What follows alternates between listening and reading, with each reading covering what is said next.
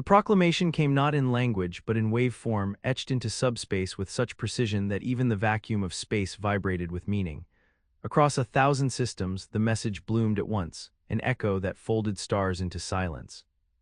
The equation is incomplete. The fifth harmonic is dead. Prepare for dissolution. The Yadari, speakers of the pulse, had declared it. They were the prophets of collapse, beings of quantum lattice and luminous will who had not spoken in 3 millennia. When they did, even the oldest empires listened. For in their long vigil the Yadari did not advise or negotiate, they announced. And always what they declared came to pass. So when they said reality itself was falling out of resonance, when they foretold the doom of the fifth harmonic, a term whose true meaning only a handful of post-singularity minds could even conceptualize, the stars turned cold with fear. But Earth didn't, not because it understood the warning, but because it was late to the conversation. Humanity, freshly ascended to interstellar adolescence, had only just been admitted into the galactic stage. Their first fusion-rigged arcships still bore the scratches of atmospheric liftoff. The Terran Accord had opened their first embassy on Vyark Station a mere 12 years prior. No one had expected the Yadari to notice them at all. And yet they did. One line, an anomaly buried in the waveform, was carved across the harmonics with terrifying precision. The anomaly sings, from Sol it must be silenced. The galactic councils erupted. In the crimson-lit high concourse of the Caladan Unity, the exarchs gathered beneath the spiral vault. Their cerebral implants flared with data as they absorbed the full implications of the Yadari's prophecy. The humans must be quarantined, hissed Exarch Duumvit, his sensory carapace expanding with agitation. They sing, they alter waveform where none should. The last time a species distorted harmonic law, the great collapse followed. Containment is insufficient, murmured Yalara, first mind of the Neurelic assemblage. If the Yadari see Sol as a node of destabilization, the protocol demands annihilation. But they are children, objected Varakan, the unbound speaker of the Sithari conquered. Clumsy, curious, irrational, but not malicious, and the Yadari have not demanded termination, only that the song be silenced. What if the song cannot be silenced? Asked another. What if they are not the cause of the harmonic failure but a response? No one had an answer. Earth heard the verdict 2 weeks later, delivered in sterile translation through the mouth of a Sarathi diplomat whose kind resembled walking sculptures of woven basalt. The Galactic Accord must enforce stability, the envoy stated at the United Terran Council in Geneva. You have been deemed a variable in collapse. All waveform-based technologies will be confiscated. Your access to quantum transit lanes is hereby suspended. A zone of observation will be established. No vessels may leave Sol. President Alira Miles, newly elected and barely 2 months into her term, stood alone at the podium. You're telling us the universe is dying because of a song we don't know we're singing. Not a song, the equation. And we can't even see this equation. You do not possess the linguistic frameworks to interpret it. The Yadari speak in reality itself. They have foreseen your extinction or the extinction of all else. Illyra took a long breath. Behind her, the heads of science, defense, diplomacy, and culture stood in frozen silence. Then she said, with all the defiance of a species that had torn gods from their skies and rewritten the laws of life itself, then we'll learn to hear it, and we'll answer back. They called it the Resonance Initiative. It began in underground labs beneath the Siberian Mantle Array and ocean crust facilities deep below the Pacific Ridge. Every nation that had once eyed one another with suspicion now bent their brightest minds to the same singular purpose, not survival, but comprehension. Physicists, mathematicians, symphonists, linguists, cyberneticists, all were drafted, not by force but by a compulsion stronger than war, the need to understand why the universe itself had called them out.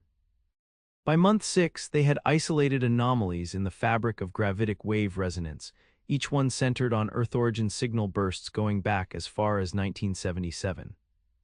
By month 9, they had decoded fragments of the waveform language, realized that sound, mathematics, and emotion were not separate channels, but layers of the same universal syntax. Music was no metaphor, it was code. And someone or something on Earth had been speaking it for generations, unaware. Meanwhile, the observation zone tightened. Alien fleets blockaded the heliosphere, masked by quantum cloaks and phase drift fields. They didn't attack, they watched and waited for collapse or for compliance. Among the watchers, however, not all were indifferent. Aboard the Illith Syndra, an old listening vessel of the Zyrelian Reach, an audio mind named Sareth began compiling Terran signal archives against direct protocol. What it found stirred something ancient and unused in its crystalline neural banks. Recordings of Nina Simone, Tuvan throat singing, the Voyager Golden Record, industrial rhythms from Detroit, a Navajo night chant, orbital choirs recorded in the silence of Luna's shadow. Soreth transmitted them not to the councils but to its own kind, encrypted in harmonic echo, and others, silent until now, began to listen. The song was not noise, it was new. On the dark side of Mercury, deep inside a sensor-blind vault, the Terran Defense Initiative activated Orpheus Zero, the first of the waveform probes constructed to respond in kind. "We don't know what this will do," said Dr. Kalen Dowen, one of the few people on Earth fluent in semiotic waveform linguistics. "It's not a weapon, it's an answer." "Let it speak," said President Miles from a secure line. "If we go down singing." Orpheus Zero unfurled its resonant spine, crystalline arms humming with precision, and emitted a single chord. "Not a song, not yet, just a statement." "We hear you." Across the stars, something ancient stirred, something buried within the Yadari lattice. In the infinite calculus of collapse, a variable had changed. Far above Sol, the Yadari circle reformed its lattice configuration, blinking in fractal light. "It begins," said the triad of perception. "The doom is not delayed," replied the triad of causality, "only refracted." "But the anomaly now understands it is an anomaly," said the triad of harmonics. "This has never occurred before." And in a corridor of mind space where only the Yadari dared walk, a final voice entered, one older than the prophets, one not heard since before the collapse of the fourth harmonic. "Let it sing," the voice said, "let it try." For perhaps the equation had never been wrong. Only incomplete. By the time Orpheus Zero's first chord reached the heliopause, the blockade fleets reconfigured their arrays. Dozens of species, from the fractal-limbed Servan to the liquid-bonded Halorians, converged their listening arrays not on Sol's military frequencies, but on the harmonic strata of spacetime itself. The signal was pure, not noise, not entropy, it carried structure. More importantly, it grew. Orpheus Zero had not merely replied, it had begun learning. Every cycle, it expanded its harmonic vocabulary.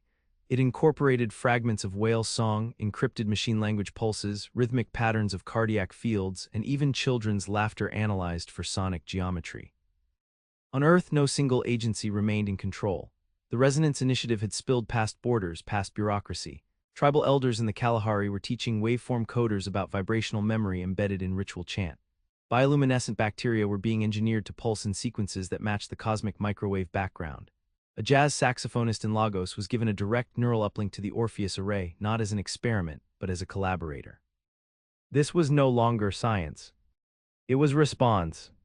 But the Yadari were not idle. Within the womb of silence, an ancient void nexus drifting outside the galactic plane, the circle gathered again. This time, the lattice burned bright with contradiction. The anomaly evolves.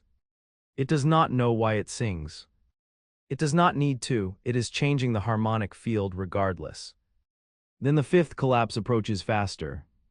And yet one node within the circle, a Yadari named Selvair, pulsed with dissent. The anomaly is not collapsing, it is generating counterwaveforms, localized, unstable, but coherent. "Impossible. Observe." They did, and for the first time in 10,000 star cycles, the Yadari hesitated. Because Selvair was right. The equation had begun to shift.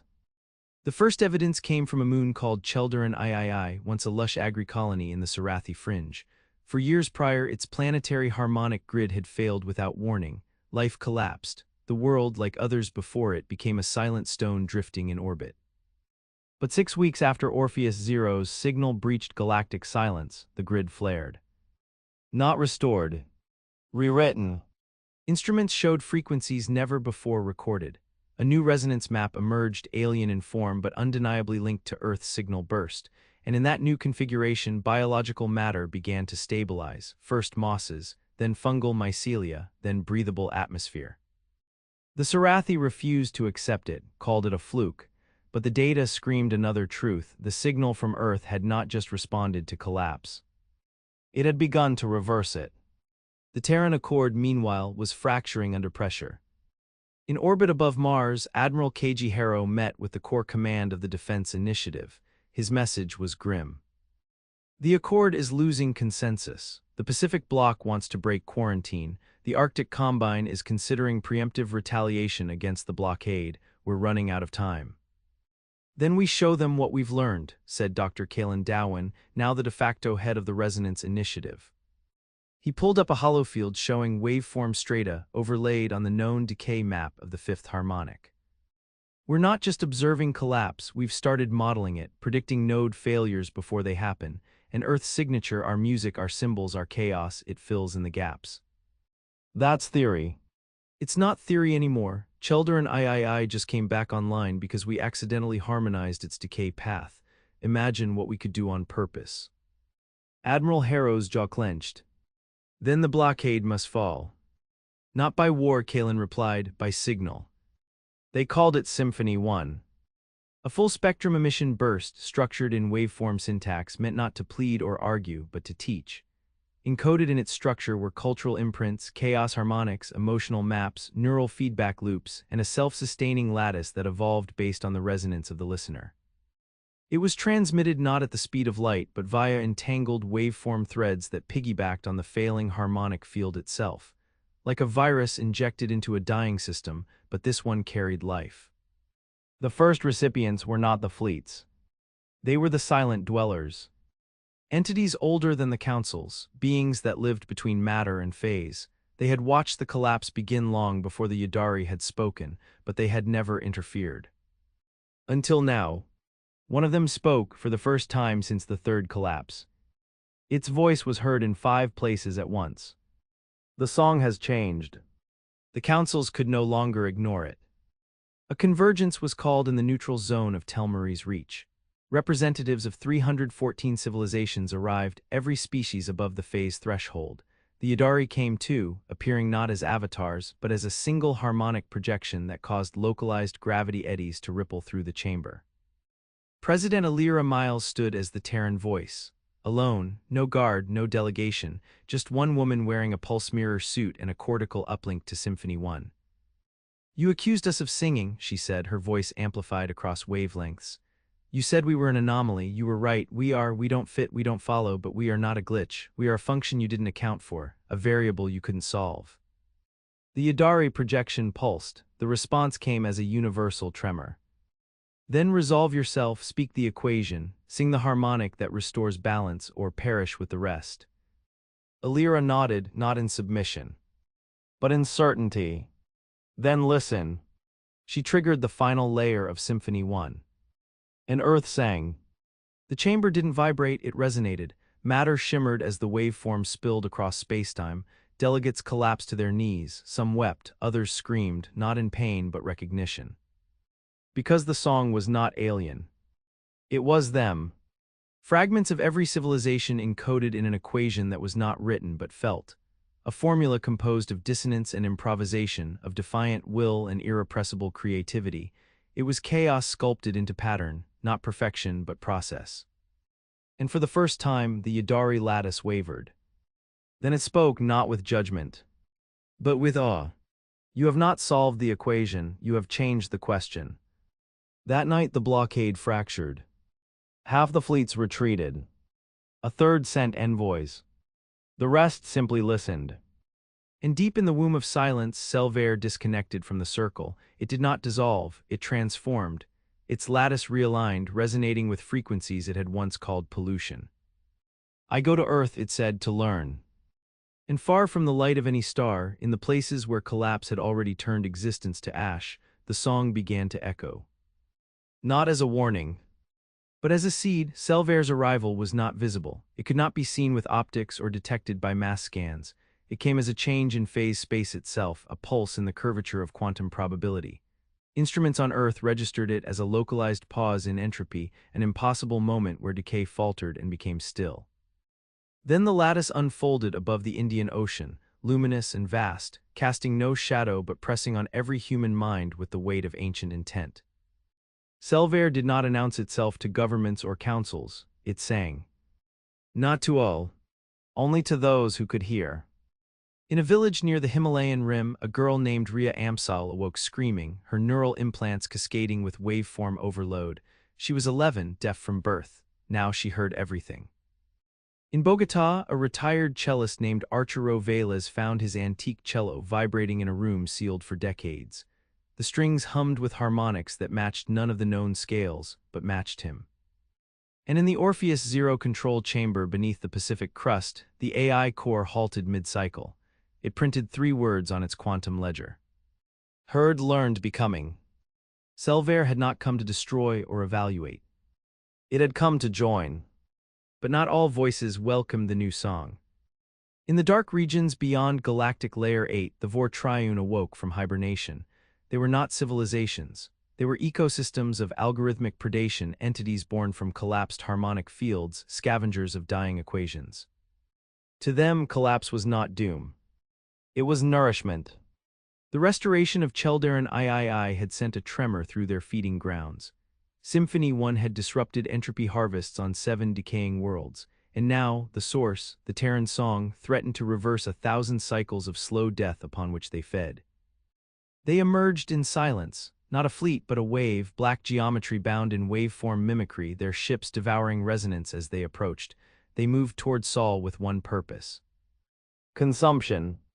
The alarm was first sounded by the Neuralic assemblage, whose deep listening arcs picked up the antiresonance field. Planetary shields were not activated. There was no warning issued to Earth.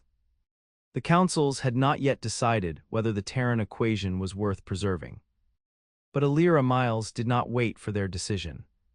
She called Kalen Dowin, Admiral Harrow, and Selvair into a command sphere in Earth orbit. For the first time, a human president addressed an entity older than most galaxies as an equal. "You've been inside the waveform," she said to Selvair. "You've seen what we've started. Can it hold against that?" Selvair responded in pulses of color and thought, rendered into speech by Orpheus Zero. "No, you are the catalyst, not the shield. The Vor consume the pattern by replicating it in reverse. They will sing your end. Then we teach them a different song." Kalen leaned forward, eyes shining with exhaustion and belief. "Orpheus 1 is complete." Where Orpheus Zero had learned, Orpheus 1 would act. Built in orbit from layered quantum mesh and neuroreactive alloys, Orpheus 1 was not a weapon. It was an amplifier. It interfaced directly with neural clusters, pulling cultural and emotional data in real time from the entire human biosphere. Everything grief, joy, memory, rage was encoded, structured, and layered into a new harmonic. Not a broadcast. A defense. When the Vor wave reached the edge of Sol's observation zone, it encountered not missiles, not fleets, but a rising field of sound that had no single origin point. It emerged from the gravity of Jupiter, from the ice of Europa, from the ruins of Earth's oldest cities. It bled from cave paintings and satellite debris. It was Earth, rendered not in flesh or steel, but in meaning. The Vor attacked, and the song answered. The battle had no form, only consequence. Where the Vor phase field struck the song, they disintegrated, but not from damage, from recognition. Each echo of the Terran equation forced the attackers to confront a truth they could not consume. Change was not failure, dissonance was not decay, evolution was not collapse. One by one, Vor constructs imploded into quantum foam, their replication matrices overloaded with recursive paradox. But it was not without cost. Orpheus 1 began to fracture, the neural feedback loop overloaded, thousands of human minds collapsed under harmonic stress, the noise of being was too much. And then, Ria Amsal, the girl who heard everything, stepped into the link. Her body lay on a medical gurney in New Geneva, her mind spanned the song.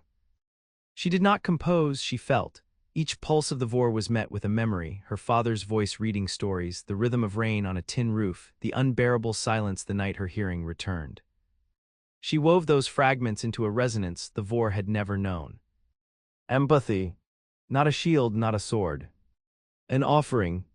And for one impossible moment the Vor stopped. The wave halted, not defeated. Transformed. In the aftermath, the void around Sol shimmered with residue. The Vor did not vanish. They altered. Their ships scattered, no longer bound in consumption pattern. They did not become allies. But they did not return. Across the galaxy, worlds on the brink of collapse stabilized. not restored by outside intervention, but by new harmonics spreading from node to node, seeded by Symphony 1, adapted by planetary minds. The Terran equation was no longer Terran. It was shared. The Yadari met once more in the womb of silence. Their lattice had shifted. Selvair did not return. Instead, a portion of the circle reconfigured into an open harmonic shell, a structure capable of listening. Not declaring. For the first time in Yadari memory, they did not speak a verdict. They posed a question. Is the equation still doomed? No answer came. Because the equation was no longer complete. It was alive, beyond the Sagittarius barrier, deeper than any council map dared chart. The vaults of origin began to awaken. These were not cities, not archives. They were lattice cocoons forged by the progenitors of harmonic theory, eons before the first collapse. Each vault held a living seed of pattern, encoded equations that shaped the foundational logic of reality. Most had been sealed since the fourth harmonic failed, left inert by laws too decayed to support them. Now they stirred, because a new frequency had touched their walls. The Terran equation had arrived not as invasion but as invitation. The vaults listened, and then, for the first time in 12 billion years, they replied. On Earth, the Resonance Initiative was no longer an initiative. It had become a movement. Choirs of waveform engineers, deep cognition artists, semiotic navigators, and bioharmonic theorists operated without borders. Governments stepped back. The planet had shifted from survival to symphony. But beneath the triumph, cracks formed. The Terran equation, as beautiful and unexpected as it was, had consequences. Human biology was beginning to change. Not evolution in the traditional sense, but resonance drift.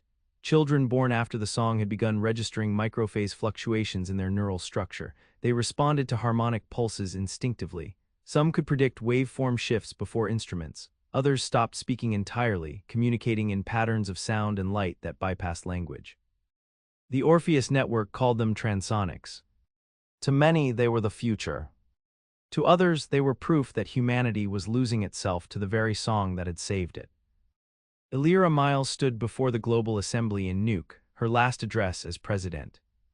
"We are not becoming less," she said, her voice hoarse from years of amplified speech. "We are becoming more. We are what we always were, a question that refuses to stay unanswered." The opposition rose, citing dangers. Religious leaders denounced the transonic drift as a violation of human sanctity. Defense councils warned of unintended resonance feedback loops that could destabilize Sol's gravitational nodes. Elira responded only once before stepping down. "Collapse is not the enemy, stasis is." Selvair remained on Earth. No longer purely Yadari, its lattice had begun incorporating Terran elements, neural shimmer from dolphins, micro-vibrations from stone temples, even fragments of heartbeat resonance from those who had died in the Battle of the Vor. It was not blending with humanity. It was studying how to become like them. When asked why, it responded in phrase. "Because you are not trying to preserve the equation, you are trying to grow it." Kaelin Dowin, now operating from the lunar symphonic bastion, stood at the center of a project larger than any built by man. The Canticle Engine. It would not generate power. It would generate possibility. Using phase-entangled matter, the engine would pulse harmonic threads into newly forming star systems, embedding the Terran equation into the birth of future worlds. Not to dominate. To ensure that collapse would never again be the only voice in the void. But the engine needed a prime source, a living conductor, a mind whose neural structure could interface with the full harmonic spectrum and translate humanity's chaotic pattern into a language the universe could accept. There were candidates, but only one was ready. Rhea Amsel. Now 16, her physiology was no longer human in conventional terms. Her mind operated in nested cycles, each one capable of simulating entire realities in wave form. She had become the first true harmonic polymorph. They did not ask her. She volunteered. Not out of pride, but duty. "I can't not hear it," she told Kaelin. "I hear everything, all of us, every hope, every fear, every rhythm. If I don't give it back, it will tear me apart." So they built her a body of light, a resonance vessel shaped in feedback-hardened alloy, woven with memory threads and phase-coherent emotion matrices. She became the chorus vector. the first human-built voice designed to speak to the foundations of space itself. The activation was not dramatic.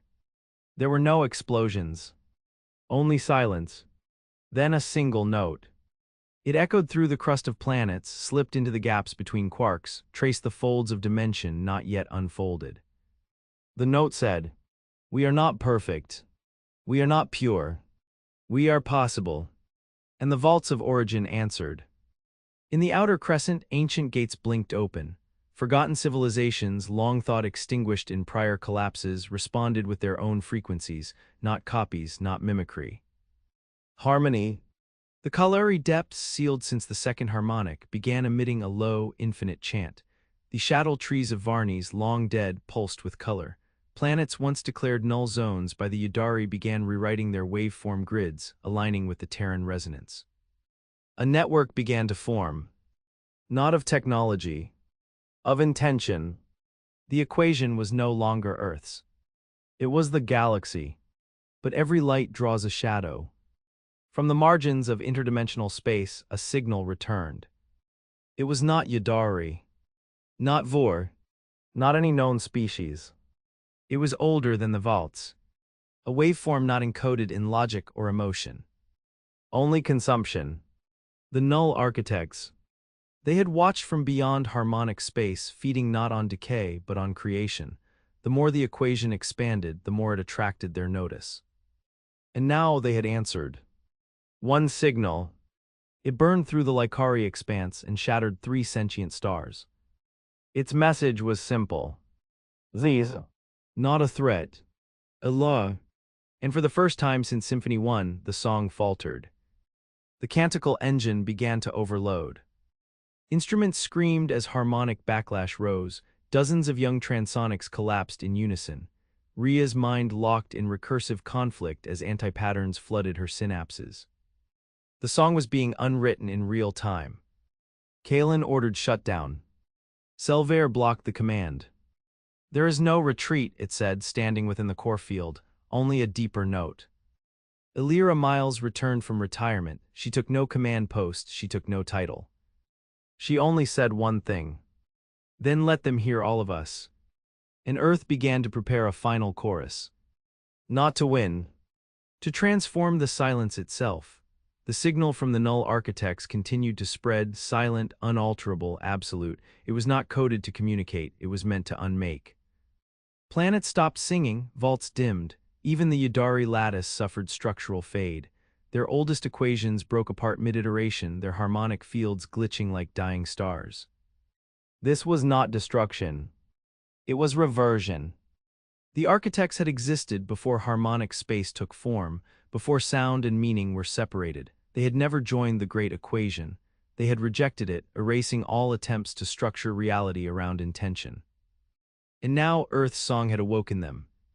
Their message was final. All equations end. But something else moved in the dark. Not resistance, not defiance. Continuance. Rhea Amsel floated inside the canticle engine's core, her chorus vector form fracturing as the anti-patterns surged. Her mind, stretched across the harmonic spectrum, felt the unraveling of everything she had helped build. But she didn't try to stop it.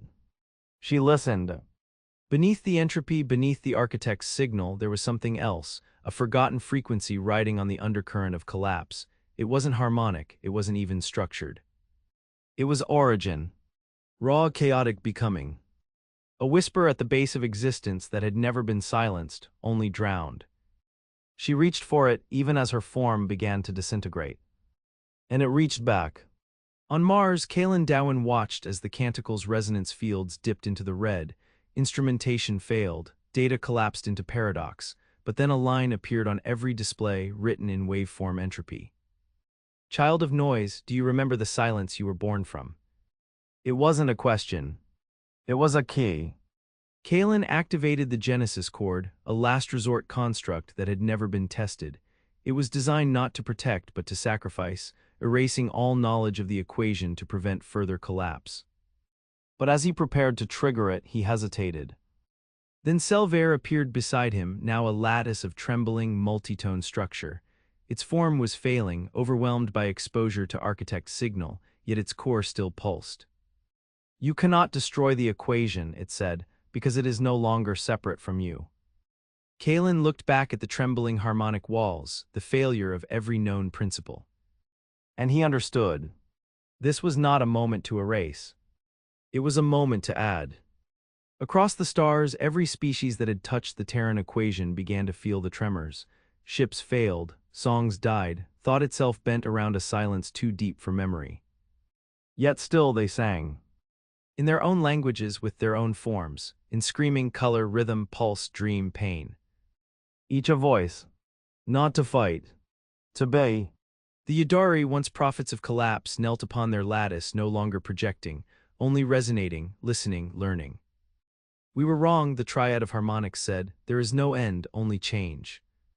And so, they began to sing a new configuration. Not to save. To continue. Inside the canticle engine, Rhea Amsel no longer existed in form. She was waveform, pulse, human memory, and alien resonance entangled.